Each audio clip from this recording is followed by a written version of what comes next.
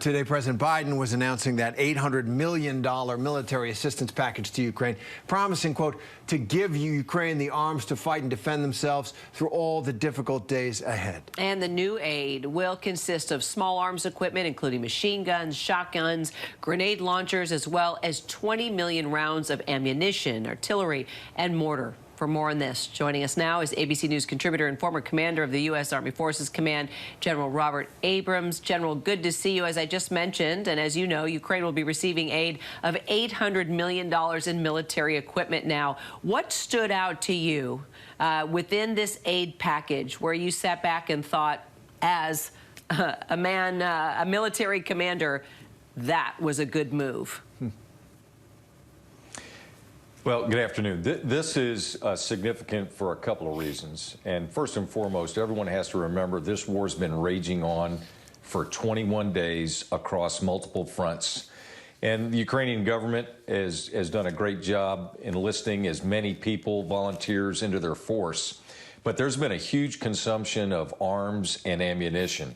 So this package is significant practically because it's going to restore what they've already expended in many cases. But I think also there's symbolic value to those brave Ukrainian fighters that when they see these truckloads show up, it'll give a huge boost to morale as well as their supply stores. And that is one of their strengths. The intangible on the battlefield right now is that morale and that spirit of resistance that runs right through Ukraine, in part right from the top, right? In his televised speech to Congress, President Zelensky said that he wants a no-fly zone. He said, all right, if that's too much to ask, he wants something called S-300s as an alternative. That's an anti-missile system, I guess. So talk about that. Is that a difference maker? And the air war in general, which I think has surprised everyone. There's so much in this war. Everybody expected Russia to own the skies. They don't. Talk a little bit about the air war and the request, and now I guess they're going to be delivered, the S-300 system, anti-aircraft system.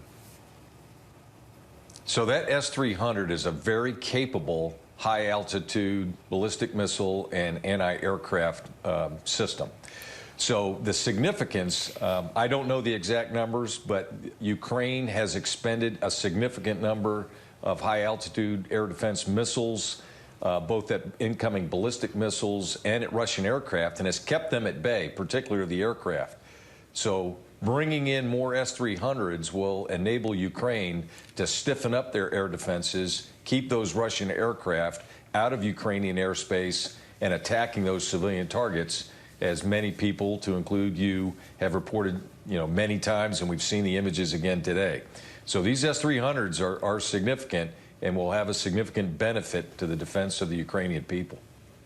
So what's your take on this controversy on whether to impose or not impose a no-fly zone over Ukraine? I'm squarely in the we should not impose a no-fly zone. And no matter how you try to be cute by half, whatever special words you want to do, it will put U.S. and NATO airmen in direct combat with either Russian aircraft or Russian air defense systems. There's no way getting around it if you're going to establish a real, no kidding, no-fly zone. It'll put us in direct contact. And the risk of escalation is pretty doggone high when you're talking about that, and Russia has made that very clear. So at this point, I'd say everything but a no-fly zone is appropriate. And then another big picture question. We follow this day by day and are surprised, as I say. But what is your sense? It started out as a David and Goliath struggle in some ways. Is David winning? Is there a way to say that the Ukrainians, because of their spirited resistance and the genuine damage that they've inflicted on Russian forces, that they're winning at this point? How do you read the strategic position right now?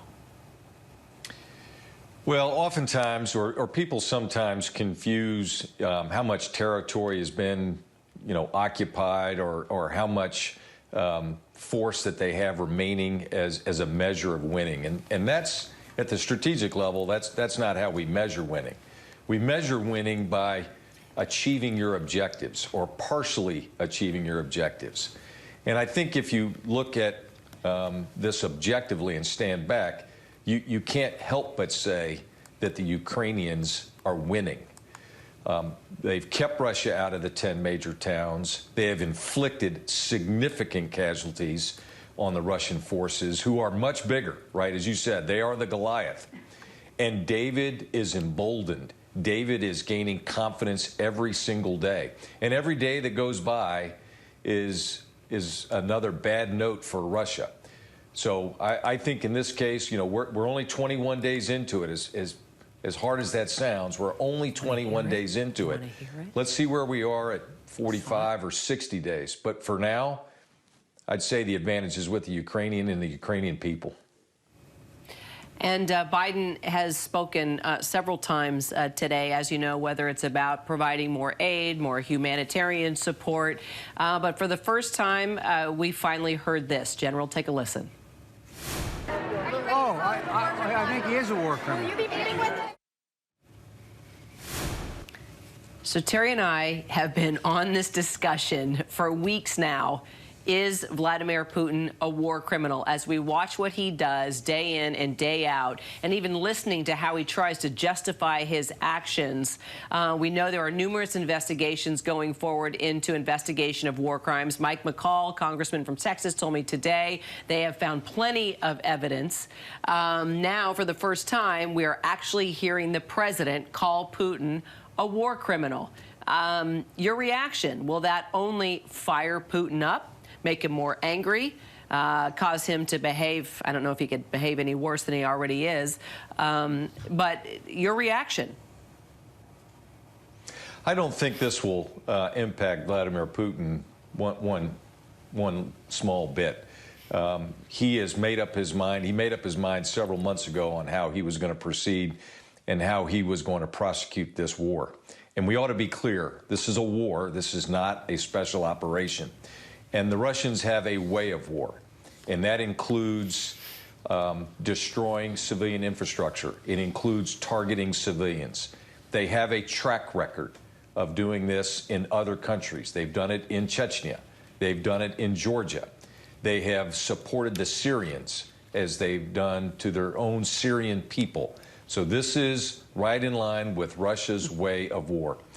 As far as whether Vladimir Putin himself is a war criminal, that's for the tribunal at The Hague to determine, and I'm not qualified to do that. But certainly the acts, the video footage that we have seen is in the same category of previous conflicts where people were convicted of being war criminals. It's a good way of putting it, that there is command responsibility for those actions as well under international law. General Robert Abrams, as always, thanks very much. Hi, everyone. George Stephanopoulos here. Thanks for checking out the ABC News YouTube channel. If you'd like to get more videos, show highlights, and watch live event coverage, click on the right over here to subscribe to our channel. And don't forget to download the ABC News app for breaking news alerts. Thanks for watching.